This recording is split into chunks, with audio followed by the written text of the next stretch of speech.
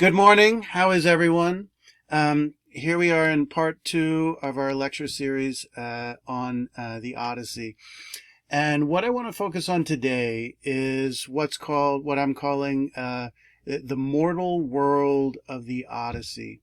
The world of human beings, the world of bodies, of time and space, the world of human decisions and psychology, and also just the physical world, the natural world around us. There's an interesting distinction between the Iliad and the Odyssey in terms of its emphasis. In the Iliad, there is a strong emphasis on the agency and the role of the gods, particularly simply in terms of the amount of time they spend on stage in the narrative. If you had to break down the entire setting, the comprehensive setting of the Odyssey, you notice that there's really two settings, obviously. There's Mount Olympus with the gods up here, and then there's what I'm calling the mortal world of human beings and nature and beasts and all the various types of human beings and terrestrial beings within it.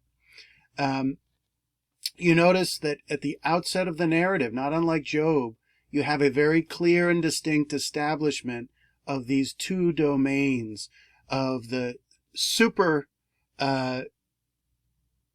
natural realm of the gods, or the divine realm of the gods, and the realm of the human beings. And in fact, after we get that proem, introduction to the entire text, to the epic poem, we then go straight where? We go straight actually to Mount Olympus. What's interesting, however, is that the text, in comparison to the Iliad, really focuses its action and its drama on this thing I'm calling the mortal world. And I would make an argument that in many ways, the role the gods play is increasingly symbolic, in the sense that they seem to become a kind of personification and symbolization of things that are actually occurring in this world. And they serve as perhaps, this is kind of a speculation, more as a poetic device than as an actual reality within the text. What's intriguing is that this question is left deliciously ambiguous in terms of the exact role and significance of the gods. But what is clear is that you see throughout the text an overall emphasis on our life, right? And this stands in very, very sharp contradistinction to the Hebrew world and of the Old Testament, in which the ultimate and primary reality that is constantly focused on is the realm of God, the invisible realm, the spiritual realm, the realm of a being that is beyond ordinary notions of time and space. Even as the Bible is a history of a people in this world, that history is constantly understood singularly in reference to their relationship with God. And if you notice, obviously Zeus on the one hand and Poseidon on the other seem to be, on first glance, so obviously the main dictators of human fate in this text. You'll notice that much of the text does not involve any discussion of their role, except various moments they kind of pop up as puppet masters. So what do I mean when I use the term the mortal world? I mean a story which emphasizes the human story rather than the divine. A story which seems to dwell more on human agency over divine will, and we'll see some juxtaposition between the Iliad and the Odyssey in that emphasis.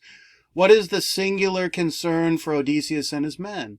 Can they curb their own desires? When they fail to curb their own desires, they have reversals of fortune, and they're thwarted from getting home in a timely fashion. When they act with moderation and restraint and self-control, they're able to perform their necessary task along their journey. And that is a distinctly human story. That is the condition of the human species throughout history. And you really need no gods to punish someone when they fail to restrain their lesser instincts. In our world, we all know that when you fail to moderate the excesses of your behavior, it's going to result in some type of negative consequence that we could see as, on Odysseus' journey, a setback on that journey. In particular, number 3, an emphasis on the embodied world of time and space, the natural and empirical world. Now, this, on one hand, means the world of human beings and what the world of human beings is like. Remember what he says in those, Homer says in those opening lines. Odysseus saw many cities and learned the minds of many men. Right? There's a clear concern in those opening lines, which we'll look at in a moment, on this embodied world that we all are familiar with. In particular, when we turn to the identity of Odysseus, more specifically in the next lecture, we'll see a way in which his concerns in his life are utterly the same as ours. You do not see him praising the gods very often. In fact, the few times that he mentions the gods actually seems rather self-serving. If you think of the time where he goes to Polyphemus's cave and says, "Zeus is looking after us, great men of Troy, the Achaeans who fought and were victors in that war." In fact, it's very rare that we see him engaging in instances of piety in comparison to Job, another man who goes through trials and tribulations of a slightly different order. So what matters for Odysseus? It seems to be, as we've mentioned, this worldly concerns. We start out with his journey itself. It's a physical journey through time and space. It's not a journey of faith so much. It's also obviously a psychodrama, but that's really a this worldly concern. If we think his journey being twofold, one physical and one psychological, one is happening out on the wine dark sea, with all those various lands scattered across the Aegean and the Mediterranean and beyond. And the other one is happening, it's still this worldly, internally in his own soul, his own education or lack thereof, his triumphs and failures. And of course, the one great exception is his trip to the underworld, which is the one that marks this moment to an otherworldly place. But you notice that trip is at the very center of his journey and marks the furthest distance from home. And it's almost as if Homer's indicating this is a tall tale. This is a tale for children. Notice that the most spectacular moments of Odysseus's adventure are things that are not told directly to us by Homer, but rather told to us by Odysseus instead. His goals, we've talked many times, this worldly, to get home to his wife, son, household, and to rule as king of Ithaca. Not only are these this worldly concerns, for the most part, they are common sense concerns that every human being, heroic, unheroic, male, female, can all relate to in a very direct way. Despite Odysseus's heroic status, he's concerned about the same types of things that every ordinary person turns out to be concerned with. So up to this point in our discussion of this mortal world, this embodied world of the cycles of nature and the cycles of life, we've been talking from the point of view of the content of this world, what it consists of. But there's another aspect to it that's equally important. What are Homer's concerns, you might say stylistically, or in terms of the structure or form of his own writing? In the very form of his own writing, he places a tremendous emphasis on the empirical world of the senses, the immanent world, meaning the embodied world of time and space. And this isn't just done through the narrative, it's also done through description. Homer offers extended and leisurely descriptions of things that seem to really be intended to celebrate the embodied world of the senses and to delight in the aesthetic pleasure we take from the world. And this is really key because in these moments, he seems to actually divert from the central focus of the story and the plot. These descriptions seem entirely unnecessary in terms of communicating and driving forward the story that he's trying to tell. And in fact, they seem to stand almost independent, as if we're delighting in the pleasure of the description of things on one hand and their physical attributes on the other for its own sake, rather than for the sake of morality, or rather than for the sake of driving the plot forward. This stands in sharp sharp contradistinction to the story of Job and Genesis and the Old Testament in general. If we think of the Old Testament, it seems to me, and this is not an original argument here, but it's central to make this observation. We'll see it later on in a literary critic by the name of Eric Auerbach, who pinpoints a fundamental distinction. It is a stylistic distinction between the Old Testament and Homer, but it's really a substantive distinction. Style follows substance, right? Style isn't just a kind of whimsical trait. It's something built on what the author is really trying to communicate to you. The central concerns in the Old Testament seem to be fundamentally moral questions of right and wrong, good and evil, just and unjust, advantageous and beneficial. In Homer, however, moral concerns remain pretty central here. This issue of curbing desire and moderation is a moral virtue, and that is obviously one of the central themes of the text. Nonetheless, there is an emphasis on physical pleasure, visual pleasure, the pleasure of description. And therefore, the Old Testament has a very different style. It seems to only give you those visual details, those details of time and place and physical space, to the extent that they support the moral narrative or the central moral questions being raised and asked by the Old Testament. A very different vision of things with Homer here. He is engaged very often in what's called ekphrasis. And ekphrasis is simply a comprehensive verbal description of an image or visual experience which allows the reader to paint a picture in their minds or their mind's eye, in their imagination, so that they can see it in their mind's eye. And Plutarch has this wonderful expression that really captures what ekphrasis is. Ekphrasis really just means visual description in words of a visual experience. He says, painting is silent poetry, and poetry is painting that speaks, or with the power of speech. And there are numerous instances in the Odyssey where Homer, we'll look at a few, where Homer is really bent on using the power of words to paint a picture in our mind's eye. So what does the whole world of the Odyssey look like? It's pretty simple. We have this cosmic hierarchy, right? We have the realm of Mount Olympus, and we have the mortal world.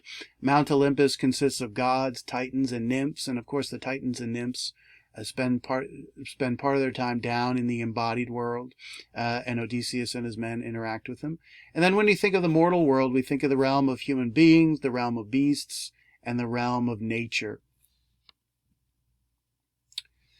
The first question we're going to raise is, what is the connection, or how strong is the connection, how definitive is the connection between these two worlds?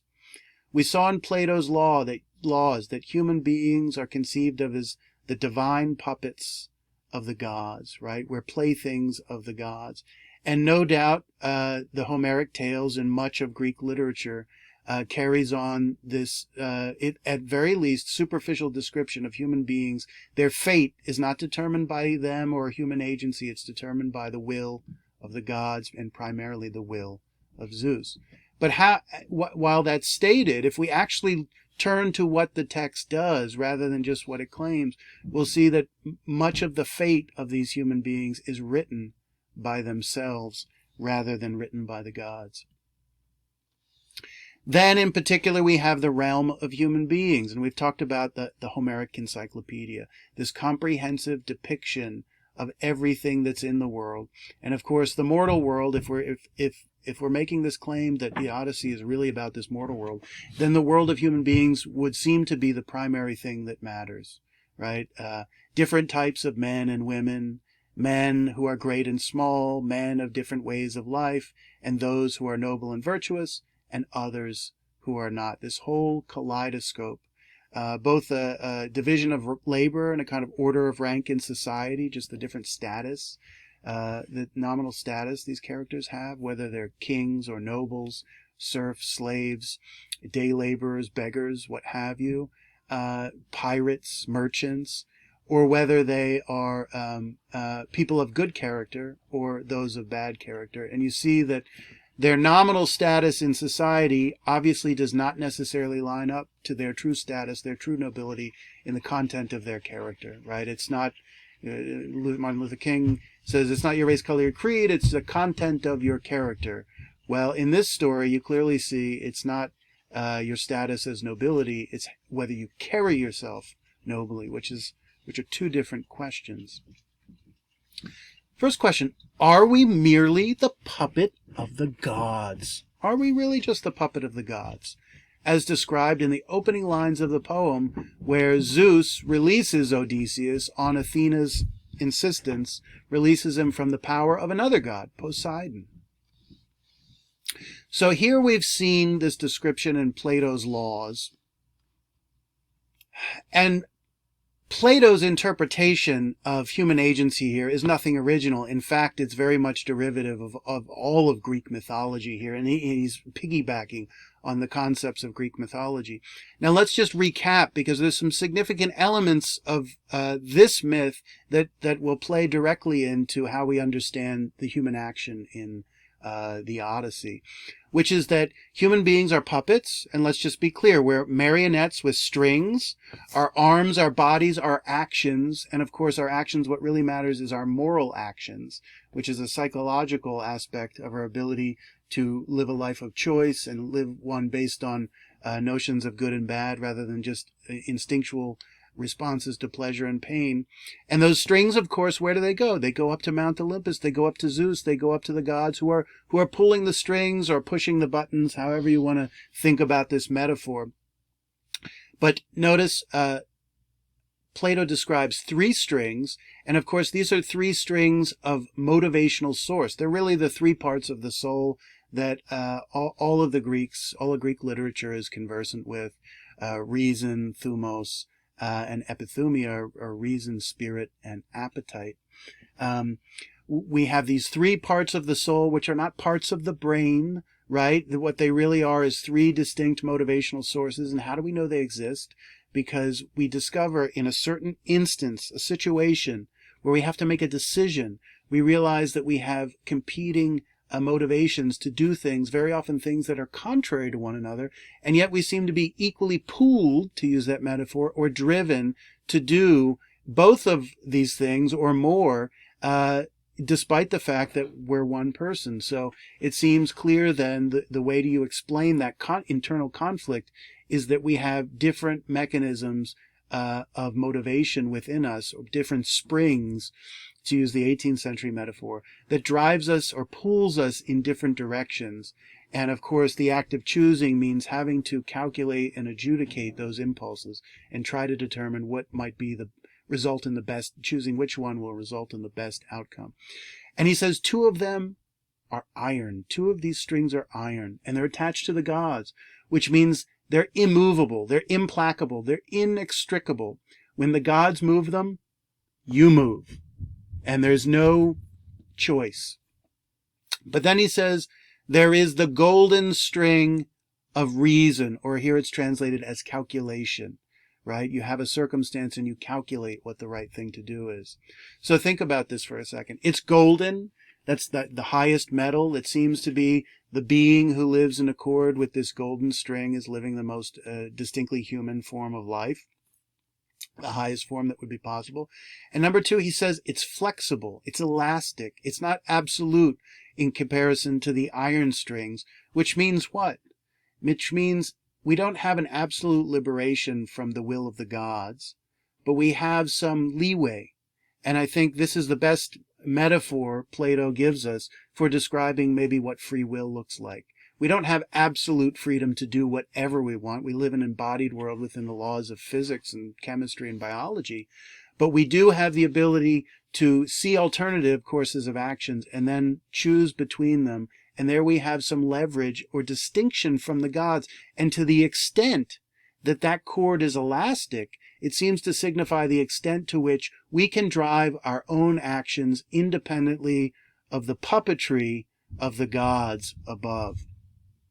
So it signifies a certain degree of freedom.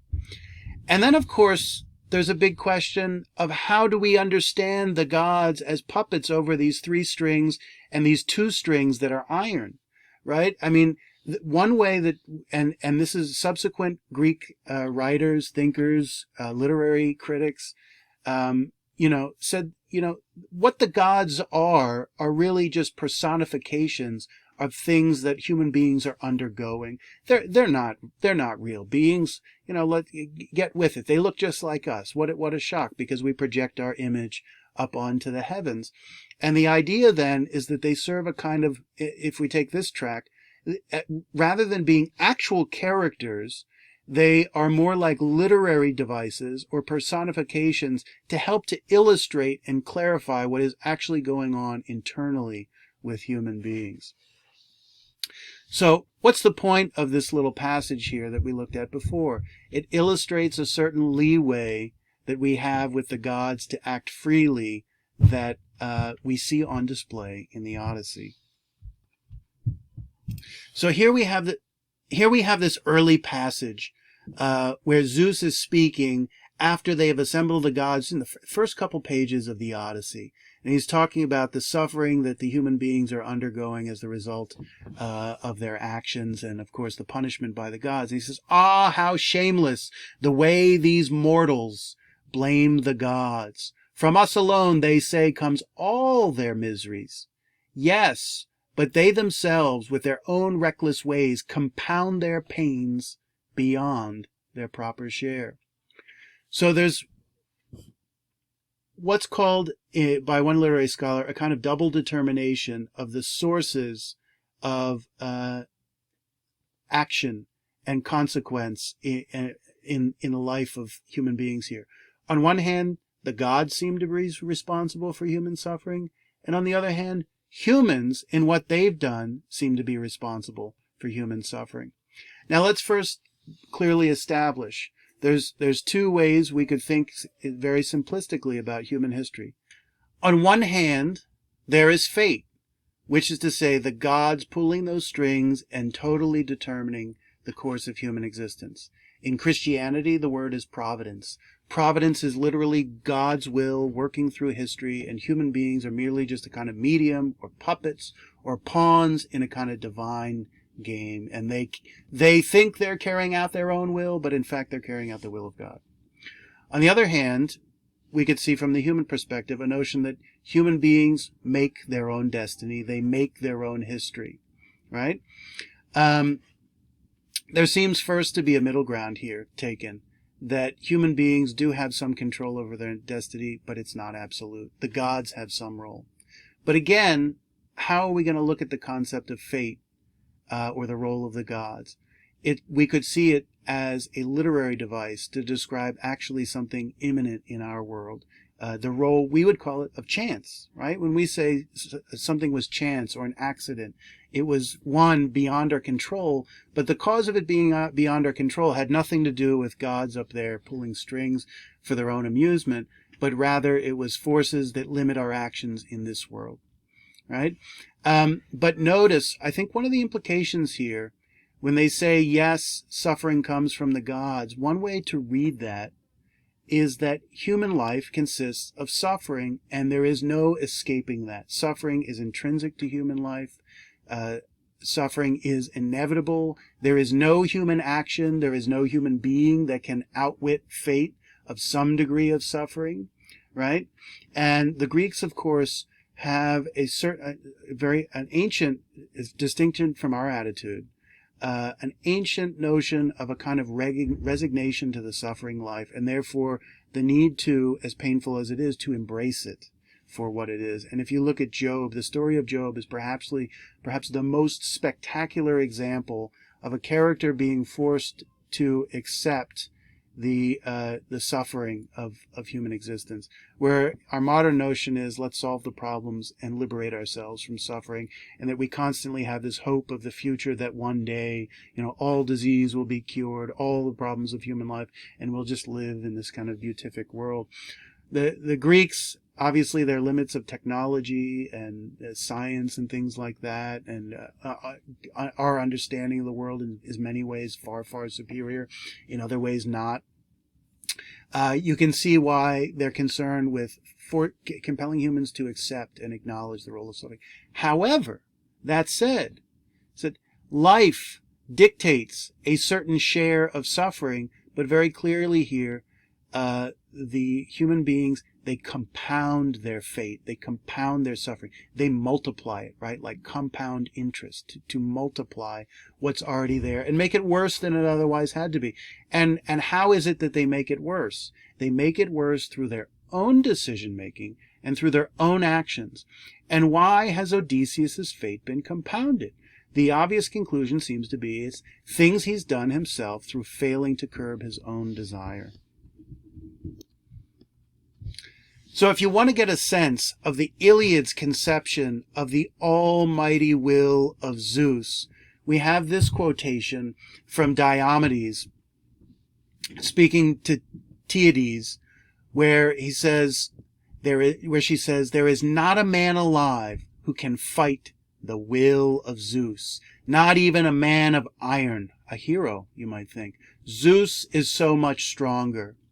And you see set up here a struggle with the gods. Human beings want to be godlike. And what does it mean to be godlike, among other things? To be the determiner of one's own fate. If you think about Eve picking that fruit, what is she really doing? She says, I'm going to be in control of my destiny, knowing right and wrong, because I'm going to be the agent and actor of choosing what I think is right and what I think is wrong, as opposed to simply following the dictates of the being upstairs, right? So what's being spelled out here? That no man can contend with the iron will of Zeus, because he is all determining in the fate of human beings. And this is a powerful theme of the Iliad. People in the Iliad strive and fail to outwit the will of the gods. And below here, I have an alternative translation that perhaps gives a little more nuance to this statement that's in the PowerPoint. Again, another strong assertion from Book 9 of the Iliad on the powerful will of Zeus, not only over men here, but over the gods themselves. And he's here in assembly. The war between the Trojans and the Achaeans has gone on for 9 years, and Zeus has had enough. He's tired of seeing this conflict, and he wants it resolved, and it starts with resolving the will of the gods in assembly. And he says, "Hear me, all you gods and all goddesses too, as I proclaim what the heart inside me urges. Let no lovely goddess and no god either try to fight against my strict decree." If you think of what is God, God is a lawmaker for gods and men, in this case, in this polytheistic world. His strict decree is a kind of legal dictate. It says, "All submit to it now, and so all the more quickly I can bring this violent business to an end." The violent business meaning the Trojan War. "And as any god I catch breaking ranks with us, eager to go and help the Trojans or the Achaeans, back he comes to Olympus, whipped by the lightning, eternally disgraced." Now, you'll also notice something funny. He asserts his dictatorial authority over everyone. But as we all know in real life, anyone who has to vocalize their dictatorial strength, it's already implicitly being questioned. So there's some interesting things going on with this statement. So we've called into question the kind of absolute role of the gods here. And that's evident even if we take the gods as actual, how do we put it, so, real beings and agents in this world. Here I want to look at the details. The devil's in the details, but also to question whether they simply play a kind of literary function of personifying things that are actually going on within the story, and particularly within the psychology of people. There's a great book called by Julian James called The Origins of Consciousness in the Bicameral Mind, and he makes a really fascinating argument that the gods were first really actually externalizations of our own internal thought processes, and it was a way of conceiving what was going on in our head that made sense, because the notion of kind of thinking to ourselves seemed unintelligible, and that the thoughts that and inspirations that were coming to us were in fact coming from an external rather than internal source. So double determination, meaning that in any given action, could be understood as the result of being determined by human agency or by the gods, and therefore it's almost redundant. So the first we notice that gods punish men for their transgressions, but the consequences of their transgressions lead to suffering independent of the gods. We know in our world that we do not need gods to punish us morally, for us to suffer all kinds of different consequences as a result of our inability to curb our desires, for example. Then there's a series of instances where Athena comes down, and what she specifically does is provide psychological impetuses to people, or alters their perceptions of other people. So we noticed, we read this passage earlier, a moment in which Athena gives courage to Telemachus. Telemachus is this young man. He's on the cusp of manhood. He's not quite a man's man. He has the raw potential, but he's trying to find his sea legs as an adult with the suitors, maybe 10 years older than he is. And, he needs this courage to stand up to them and ultimately stand up to them in the assembly, so they know he means business. And Athena comes down to kind of give him a stiffer spine and inspire this courage with him. Now, on one hand, we can understand it as divine agency. On the other hand, we could talk about what's really happening is Telemachus finding the necessary wherewithal in a crisis situation, that there just is no choice but for him to try to stand up, because the suitors represent an existential threat, and he's got nothing to do other than to try to protect himself and his family. Then we have Athena shrouding Odysseus as he walks into the palace of Alcinous. Odysseus has washed up on the shore. He's filthy. He's naked. And he's encountered Nausicaa and her maids. And this is a radical threat to a virgin princess whose virtue is to be protected. Her virtue meaning her chastity. And he walks back to the palace, and he's a stranger, and he's wearing strange clothes that were not his own, obviously. They were given to him by Nausicaa's maidservants. And of course, even when Alcinous and Arete are confronted by Odysseus, they say, where did you get those clothes? Right? It's almost as if they know in the back of their mind that those were clothes that were in the hands of the retinue of Nausicaa.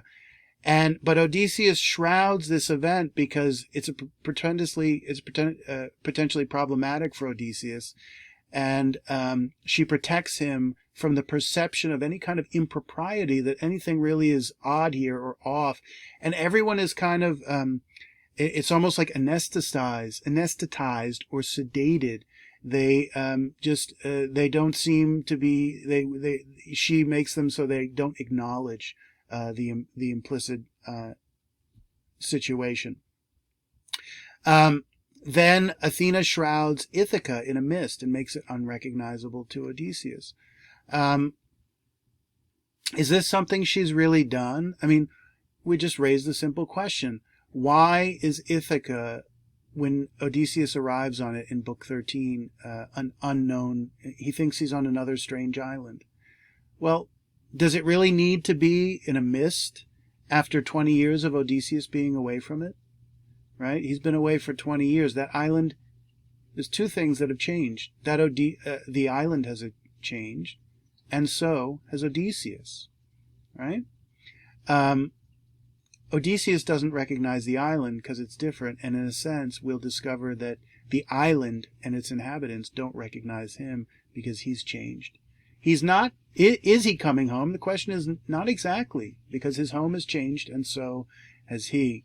And it seems that this mist serves then a kind of literary function to symbolize this transformation that has occurred on the parts of both the island and himself.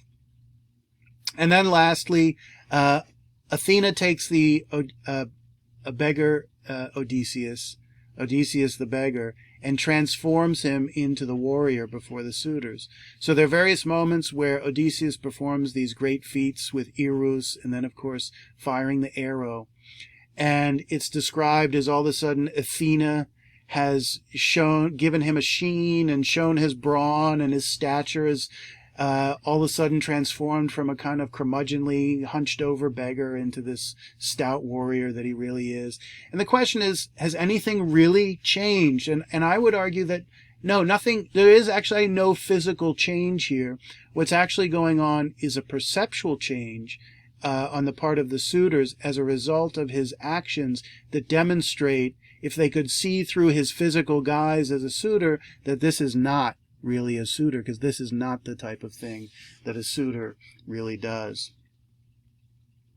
So all these instances capture this concern that we could explain all these instances on causes that are immanent in this world, psychological factors rather than divine. So we've talked about this tension between the role of the gods and the role of human beings in determining the course of events. Now let's turn more explicitly to what this mortal world consists of, and let's see it manifest in the text. Early on in Book 1, we have Athena speaking to her father. She's petitioning him to have Odysseus released, and this is a moment that comes once they've made the decision to have him released from the punishments of Poseidon. And she says, "Father, son of Kronos, our high and mighty king." It's called flattery. "If now it really pleases the blissful gods that wise Odysseus shall return home at last, let us dispatch the guiding giant killer Hermes down to Ogygia Island, down to announce at once to the nymph with lovely braids our fixed decree. Odysseus journeys home, the exile must return, while I myself go down to Ithaca, rouse his son to a braver pitch," that's what we just talked about, "inspire his heart with courage to summon the flowing-haired Achaeans to full assembly, speak his mind to all the suitors, slaughtering on and on his droves of sheep and shambling longhorn cattle. Next I will send off to Sparta and sandy Pylos, there to learn of his dear father's journey home. Perhaps he will hear some news and make his name throughout the mortal world." Now notice the expression mortal world here, and notice that part of his goal may be to make his name throughout the mortal world. And it's interesting because this sentence, the natural consequence of the above actions is for him to go and find news of his father.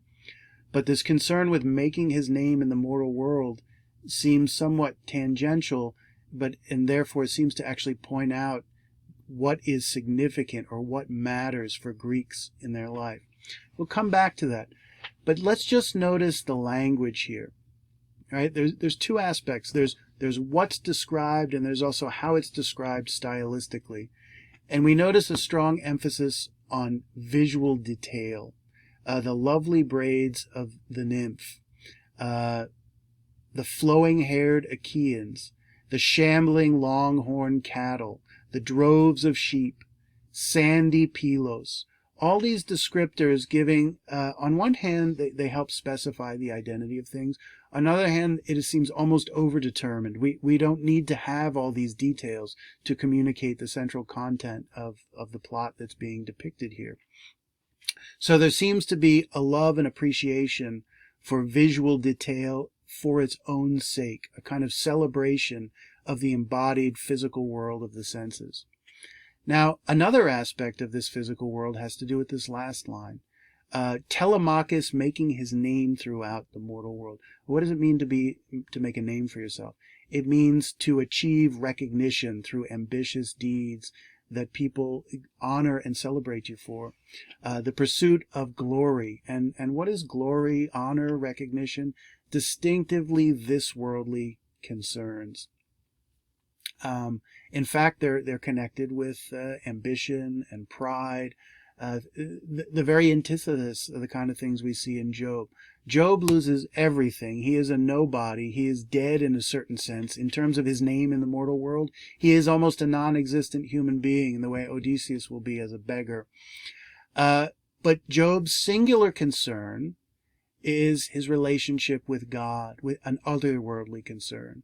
So we get a sharp distinction in what the Greeks seem to value. This is a world of gods, and nonetheless, the human's concern for those gods seems to be very different.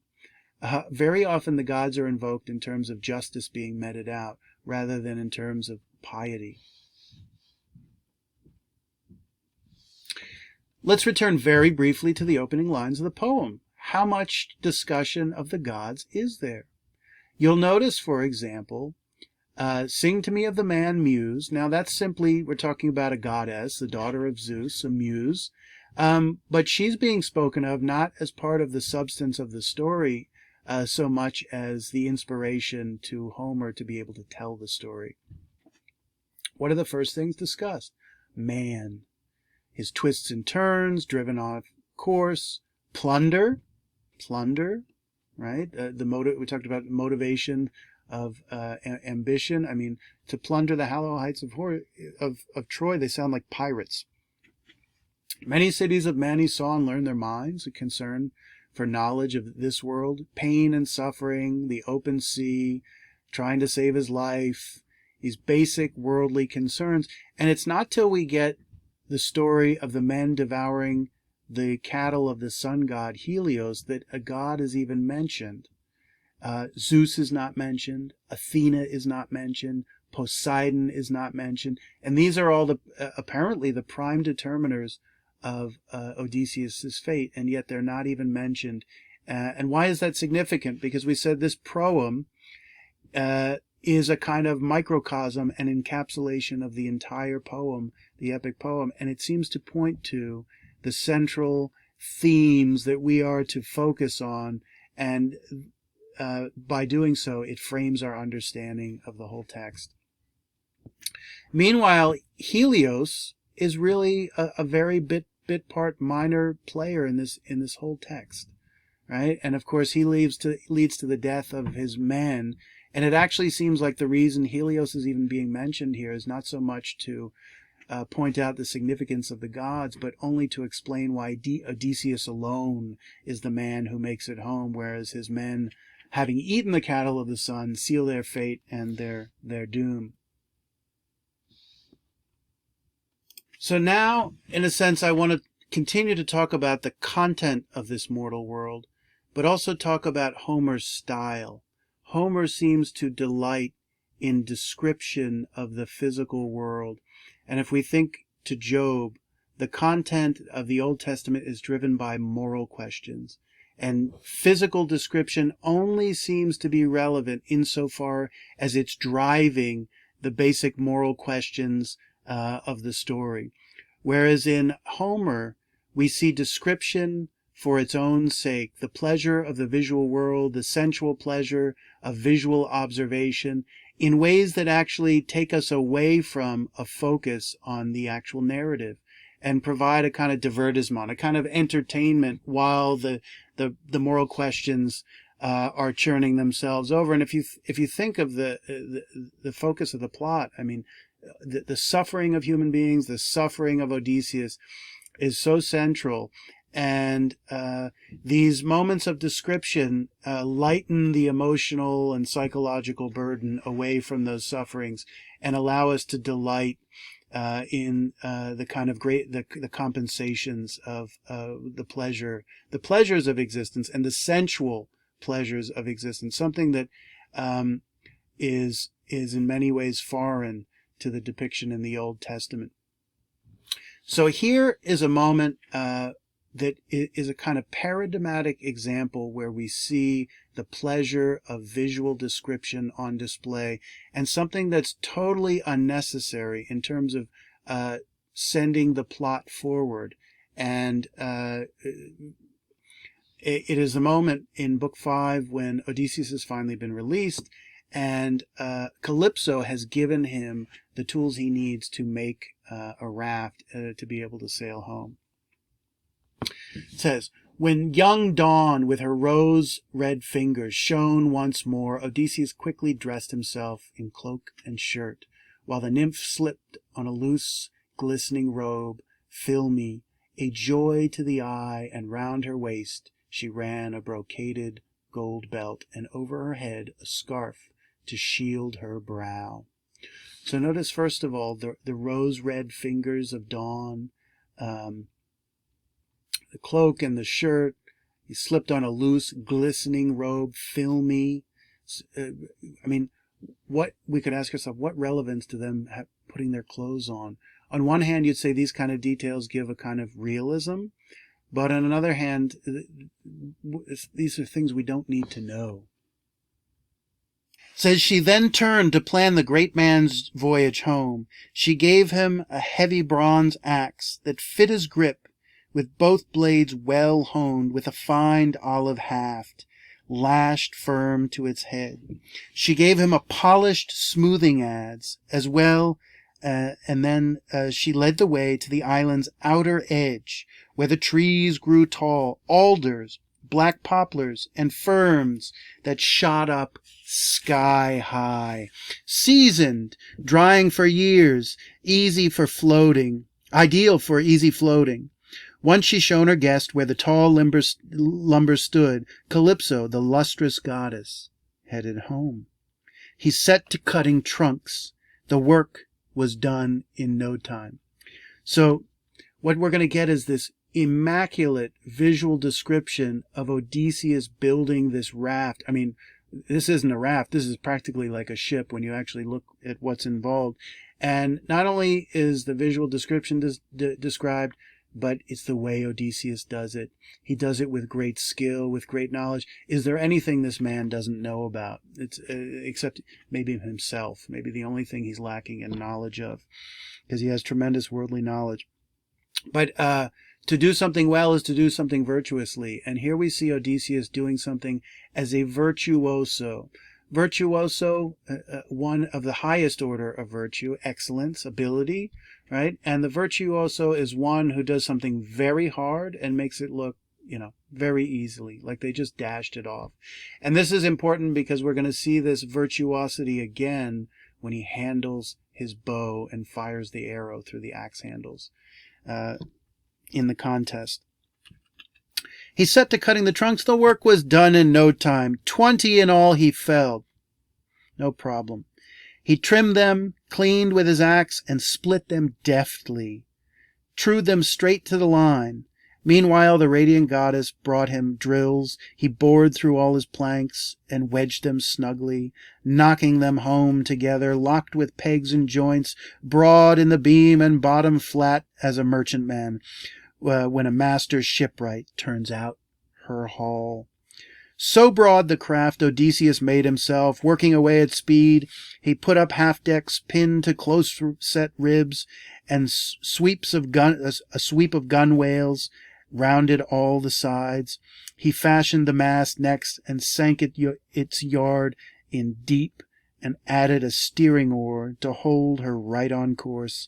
Then he fenced her stem and stern with twigs and wicker, bulwark against the sea surge. Floored with heaps of brush, and lustrous Calypso came again, now with bolts of cloth to make the sail, and he finished that off too, expertly.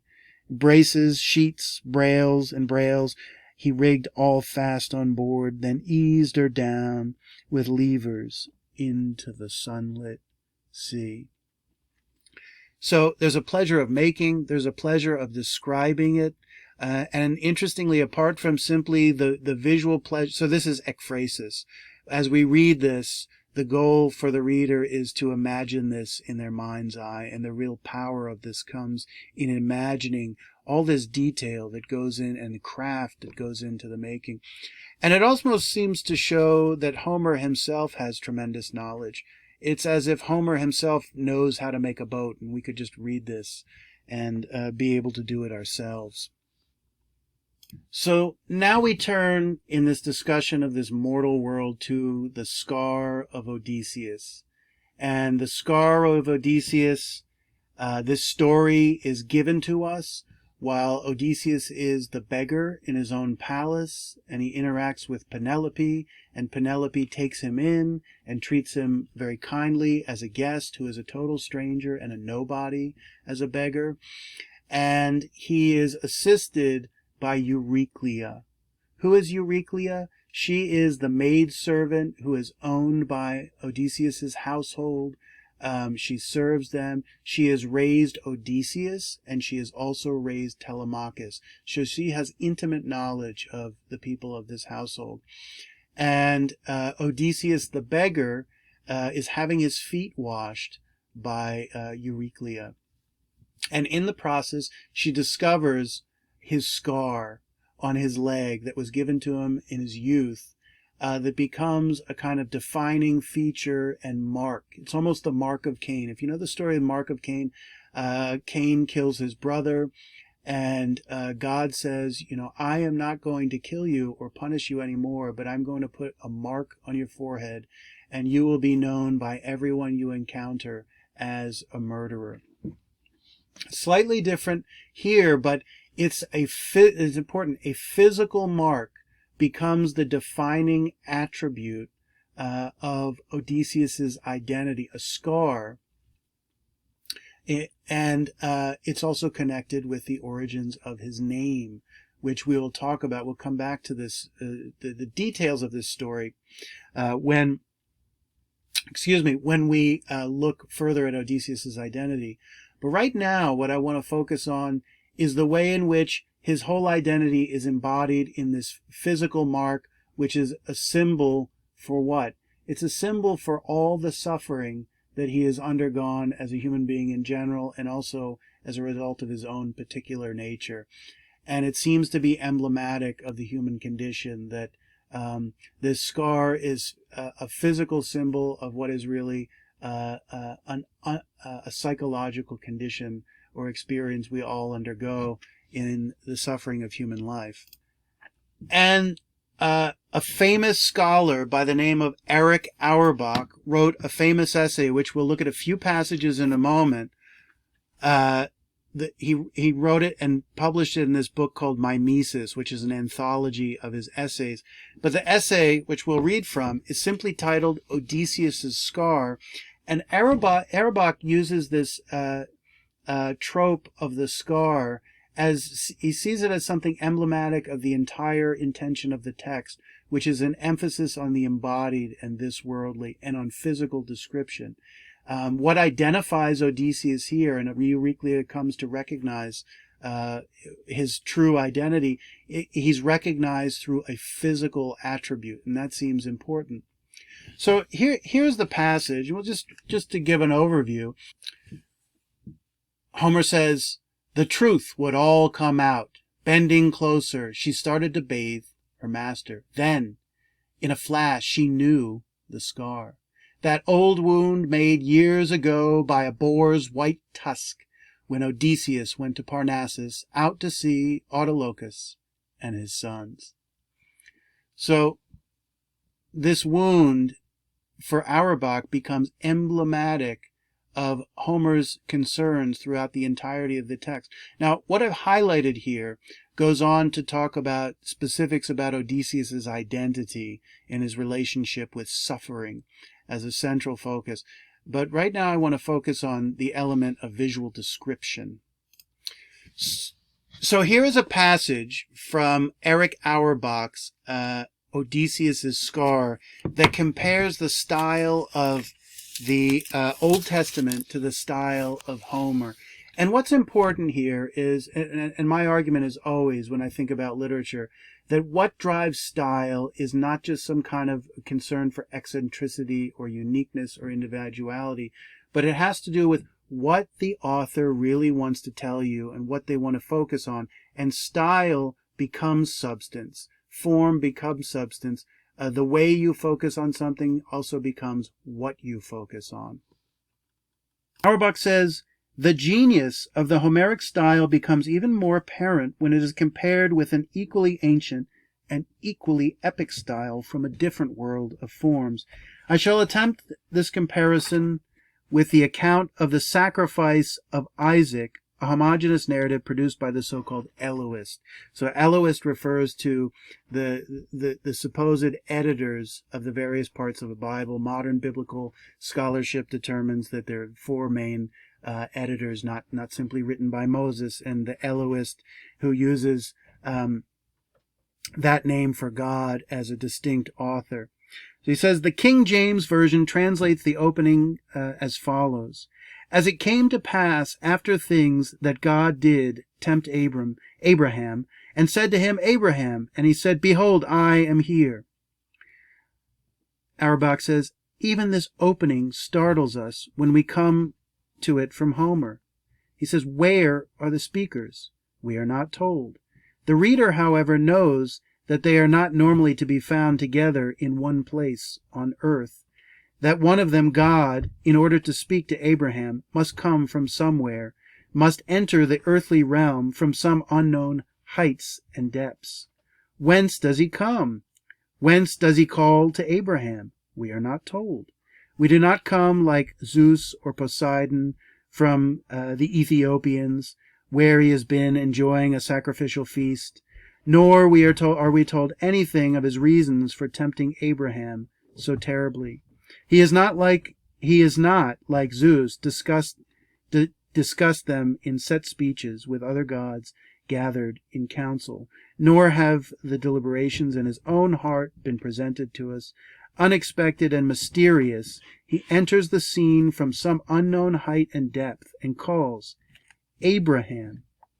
It will at once be said that this is to be explained by the peculiar concept of God which the Jews hold, and which was wholly different from that of the Greeks. So what do we see here? I think the central thing that Auerbach says here are questions. Where are the speakers? Where did God come from? Why did he do what he does? Nature, from the scientific point of view, consists of a series of causes, and we try to understand what those causes are. And while there may be unknowns in nature, there's nothing fundamentally mysterious. We might take that kind of scientific mentality. And Homer, in his empirical bent, takes that approach that he tries to establish clear settings, clear descriptions of what's going on, because everything is understood as embodied, and the embodied world is the central stage and platform of life.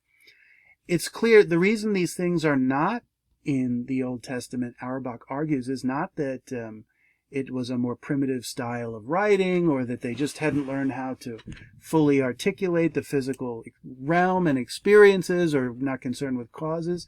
It's that the physical world is not the primary place or source of drama and action in these stories. So you see, by contradistinction, you see that sharp contrast between the two. So here is the kind of nub of this 20-page essay that Auerbach writes, and I'm actually going to go in reverse order, and here he just states his claims most directly and the most relevant for us. If we read this last passage, it says, the Homeric poems present a definite complex of events whose boundaries in time and space are clearly delimited, before it, beside it, and after it. Other complexes of events which do not depend upon it can be conceived without conflict and without difficulty. So Auerbach is not taking for granted something that we're going to take for granted. We're going to naturally think that most literature consists of a certain form of realism involving the empirical world, that even when it's nonfiction or sci-fi, that it's still based in giving a kind of reality to the physical world. Well, the point is, the Old Testament, the primary drama is a moral drama, and that drama is an invisible drama, where the primary stage is this invisible relationship with God, and the physical embodied world, the world of the clay, the part of Adam, is a secondary and subordinate to this first realm. Whereas in the Homeric world, it's our physical world and the concerns that come with it in our own ordinary quotidian lives that matter most. He says this, now going to the top. He says, the Homeric poems then, throughout their intellectual, linguistic, and above all syntactical culture, appear to be so much more highly developed, and are yet comparatively simple in their picture of human beings, and no less in the relation to the real life which they describe in general. He says, delight in physical existence is everything to them, and their highest aim is to make that delight perceptible to us. Between the battles and passions, adventures and perils, They show us hunts, banquets, palaces, and shepherds' cots, athletic contests, and washing days, in order that we may see the heroes in their ordinary life. It doesn't seem to be what we should see from a hero. And seeing them so that may take pleasure in them of their enjoying their savory present, a present which sends strong roots into social usages, landscape, and daily life, and so on and so forth. So this passage here really encapsulates what we're getting at with this concept of the mortal world. So I want to conclude with a discussion of the historical reality of this world. If it's rooted in empirical description of the real world, it seems only natural to have some connection with actual history. History is the kind of empirical recording of things from the past in their empirical reality. First and foremost, it would seem. And Homer, if he's concerned with physical description, he must also be concerned to some extent, if not absolutely, with a particular description of a certain time or a certain era. And this raises one of the great and interesting conundrums of the Homeric tales.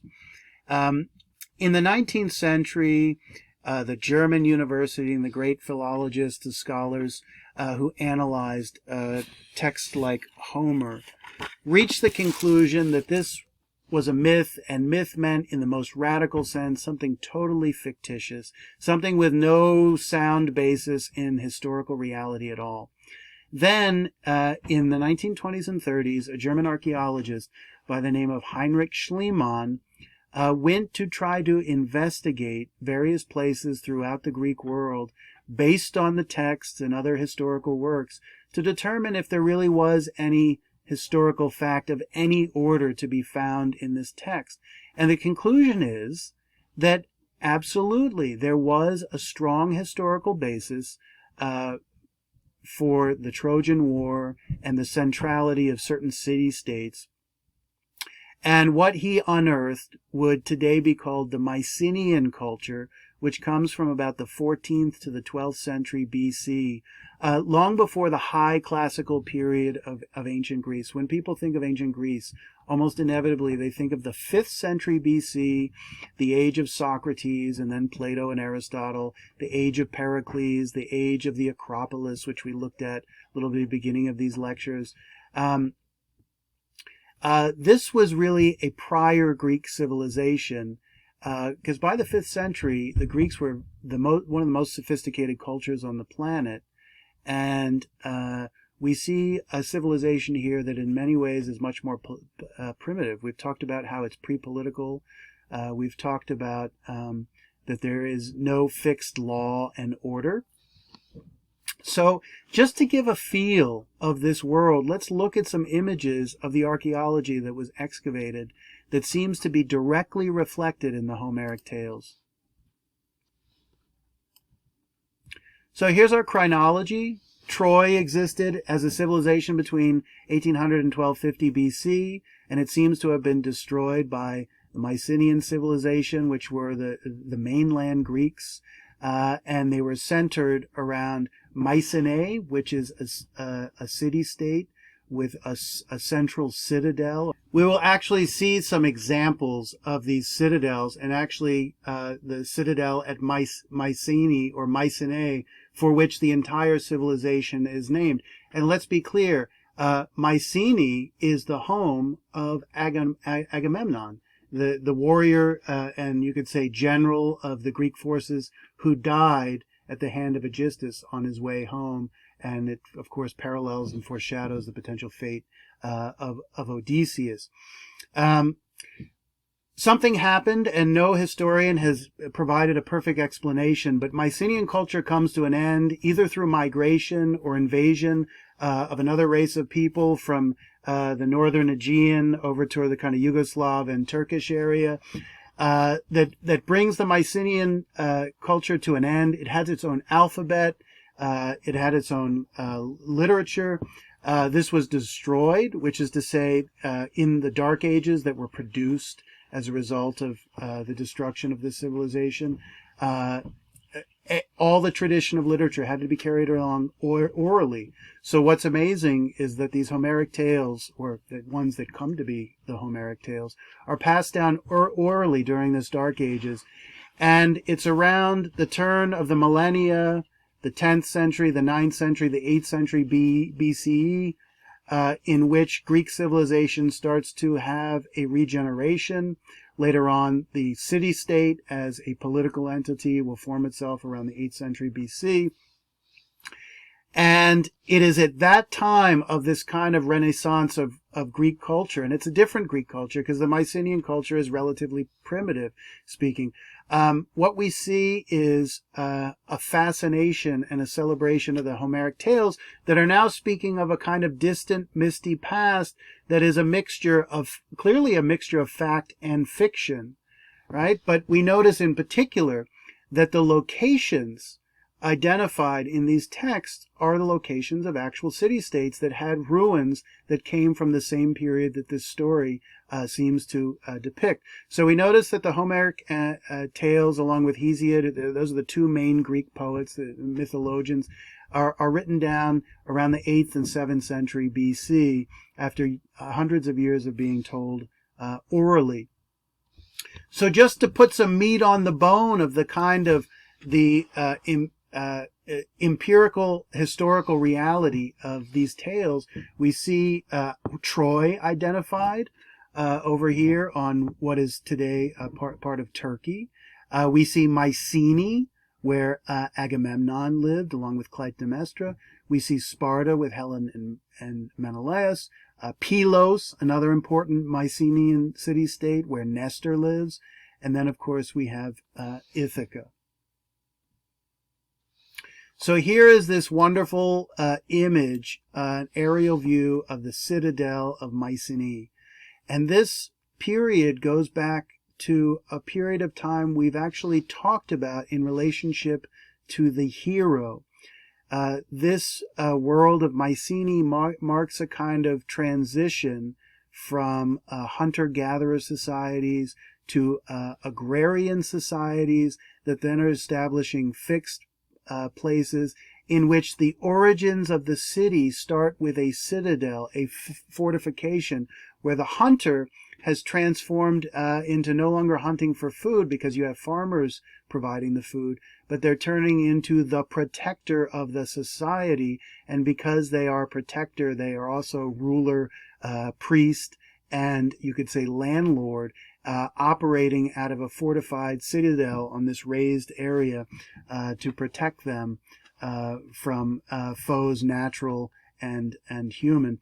And well, we'll look at the social structure in a second, but what's important is that this architectural structure actually is an outgrowth or an extension of the social structure itself. And this is a kind of replication of what it may have looked like when it was fully built. And the stones that they used to make these fortifications were massive, weighing a few tons. And the great description is they're called Cyclopean masonry, masonry of the Cyclops. And why was that? Because when the later Greeks came upon these ruins, they were so stunned by the size of the stones, they could only imagine that they could have been moved and put in place by giants. Cyclops is a giant, right? And therefore, this civilization became larger than life in the minds of the later Greeks. And of course, obviously, Cyclops didn't put these in place. And what does that tell us? It tells us that they had tremendous engineering knowledge to be able to create these types of architectural structures. And to call them primitive is really to say primitive relative to the skills developed by the later Greeks.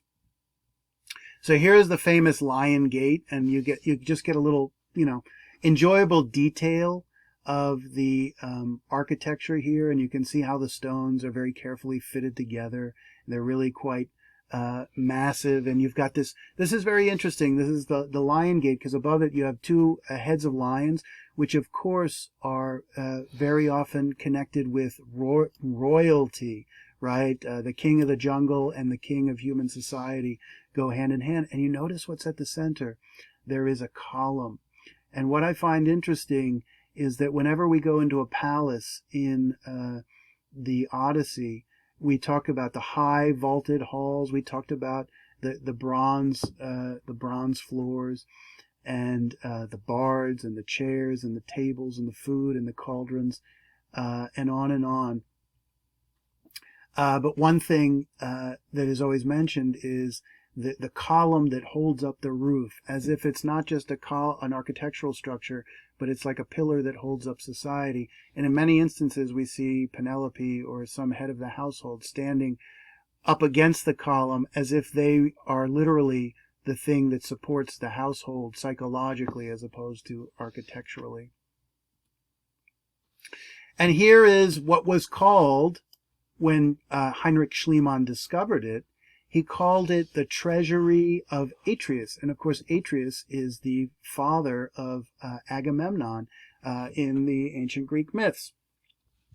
And it's got all types of interesting architectural details, some of which were native to Mycenaean culture, and some of which came over from Egypt. So this was a civilization that was exposed to other civilizations throughout the Mediterranean, and that's significant. It shows a level of sophistication, and the door detailing, which the rest of this door is now in a museum, exhibits these elements that came from Egypt, in fact. And here, when Schliemann found this funerary mask in this tomb, which we just saw, tomb of Atreus, he described it, he thought it was the mask of Agamemnon. And so the interesting thing Schliemann did as an historian and interpreter of these archaeological artifacts is that, in fact, he over-attributed the connection between the story and the things he found. No art historian and archaeologist today believes that this is actually the mask of Agamemnon, because they haven't found conclusive evidence of that. And nonetheless, these artifacts clearly capture the sights and sounds of the Homeric world. Okay, so lastly, the social structure. Who lived in these citadels, and who was the ruler of them? Well, it was these warlords. And the two words used in the Homeric tales to describe these warlords are Wanax and Basileus. Basileus is actually the word for king, right? And actually the town of Basel, Switzerland, is named after this Greek word, and it means king. And so that's a strictly a political title, which connotes the one who is sovereign, the lawgiver, the one who decrees the rules of society. The word Wanax is a little different. It signifies a kind of tribal warlord. So it connotes a tribal society based on bloodline relationships. And it connotes that what made you powerful is your status as a warrior, that you weren't simply making laws, but you were leading men, troops and cavalry in battle. And that was your control over military force is what gave you the power, perhaps in the first place. So these two words stand side by side because Odysseus is in one sense a warlord. He's kind of a general. I think that's the best English word to capture it. But he's also a king, a ruler of his own city-state. So if we think about in the Iliad, you have a whole bunch of these warlords, including Agamemnon, Menelaus, Nestor, and Odysseus, all acting as kind of generals. And then Agamemnon was the head chief, but of course he had to fight for his power. It wasn't simply granted to him because there was no formal kind of order of rank in this military. So you see people questioning his authority like Achilles. Then beneath that you have bloodline aristocrats, and we need only think of the suitors, along with people like Odysseus and Telemachus and all his other kings, these Wanax and Basileus. They all come from noble birth. And of course, there's an important distinction here between those who are, what does aristocrat mean? It literally means the best. The question is, what makes you the best? And this is clearly, it's a theme that comes along in Greek moral philosophy very strongly. But the distinction between appearance and reality of who or what is best. But also it comes in Homer, which is that aristocrats mean the best. On one sense, the suitors are the best men of society because they come from the highest birth, and their birth entitles them to certain things, wealth, patrimony, and so on. But of course, as human beings, in their character, in their ethos, they are hardly aristocrats. They are not the best. They are, in fact, not noble, but the Greek distinction between noble, they would be base. Then you see the depiction of the household. And what's important about the citadel is that we're looking at a society that's still tribal, and everything is built around households. So the household is the fundamental, not just private unit, the unit of private life, but the unit of public life. Every kingship consists of a household, whether it's the house of Agamemnon, whether it's the house of Nestor, house of Menelaus, or the house of Odysseus. What is the household made of? It's made up of a man, as Aristotle says in the Politics, a man and a woman who procreate and who are also husband and wife, and then including children, and then also that the head of the household is master to servants and slaves and serfs. So if we look at someone like Euryclea, or someone like Eumaeus, we notice that these are servants, and in fact there's a whole story of how Euryclea was purchased as a slave. Now she's treated well, she's treated as a central part of the household, but nonetheless she is a slave. She carries out the orders of the nobility in the household. Farmers, shepherds, swineherds, and then at the very bottom you have these people called thetes or theres, and they are day laborers. And when we go to the underworld, we see Achilles, and he says, I would rather be alive and a slave on earth than dead with eternal glory. So in the Odyssey, Achilles completely reverses what he desires. In the Iliad, he desires fame and he's willing to accept death as the price for fame. In the Odyssey, however, he seems much more like Odysseus. He does not want to live with an immortal glory that he cannot enjoy because he's 6 feet under. He's in Hades. And it says he'd rather live as a slave on earth. Well, it's not a perfect translation. What he actually claims he was willing to be was a thete or a day laborer. Now this is interesting. This society, one's identity is entirely defined by one's relationship to others. So, and this is exactly why we see Homeric epithets, Athena, daughter of Zeus, Odysseus, son of Laertes, Telemachus, son of Odysseus, Penelope, wife of Odysseus. On one hand, these are identity markers that give us more specificity. They become, in effect, a kind of last name, a surname. On the other hand, they start to establish the source of identity for these characters.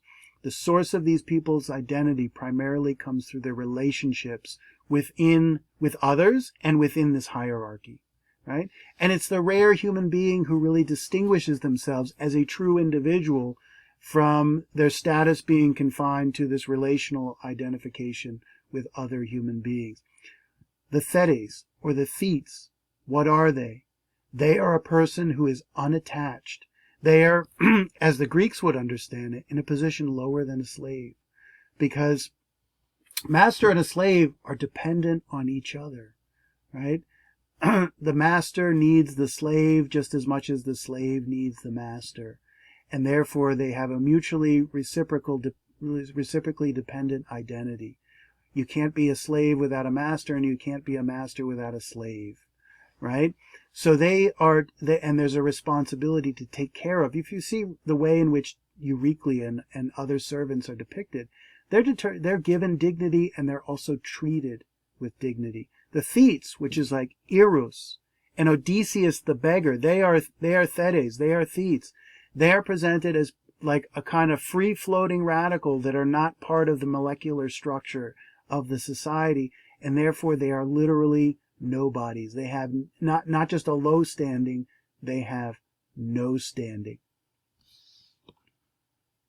And in our next lecture, we are going to turn to the identity of Odysseus specifically as it seems to arise and originates from these types of social connections to the mortal world.